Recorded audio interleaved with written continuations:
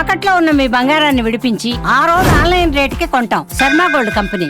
సంక్రాంతి పండుగ వేళ తెలంగాణ సర్కార్ రైతులకు తీపి కబురు అందించింది. రైతు భరోసా పథకం 2025 మార్గదర్శకాలను రాష్ట్ర ప్రభుత్వం విడుదల చేసింది.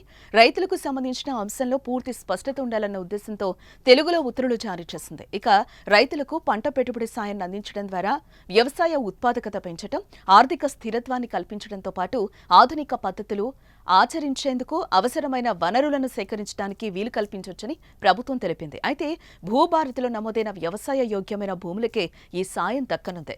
గ్రామీణ అభివృద్ధి, ఆహార భద్రతకు తోడ్పడటంతో పాటు గ్రామీణ ఆర్థిక వ్యవస్థను బలోపేతం చేస్తుందని పేర్కొంది. ఈ నెల 26వ తేదీ నుంచి రైతు భరోసా పథకాన్ని అమలు చేయాలని నిర్ణయించినట్లుగా తెలిపిన ప్రభుత్వం పంట పెట్టుబడి సాయాన్ని ఏడాదికి ఎకరాకు 12,000 పెంచినట్లుగా తెలిపింది.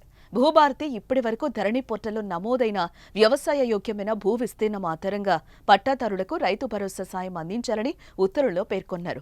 వ్యవసాయ యోగ్యం కాని భూములను రైతు భరోసా నుంచి తొలగించారని స్పష్టం చేశారు. మరోపక్క అటవీ హక్కుల చట్టం ROFR పట్టాదారులు కూడా రైతు భరోసాకు అర్హులని రాష్ట్ర ప్రభుత్వం తెలిపింది. రిజర్వ్ బ్యాంకు నిర్వహించే DBT పద్ధతిలో రైతు భరోసా సాయాన్ని రైతుల బ్యాంకు ఖాతాల్లో జమ చేయాలని ఆదేశించారు. వ్యవసాయ శాఖ సంచాలకులు రైతు భరోసా పథకాన్ని అమలు చేస్తారని, ఐటీ భాగస్వామిగా నేషనల్ ఇన్ఫర్మేటిక్స్ సెంటర్ వ్యవహరిస్తుందని పేర్కొన్నారు. జనవరి 26 నుంచి ఎకరాకు 12,000 రైతు భరోసా పెట్టుబడి సాయం పంపిణీ చేయనున్నారు.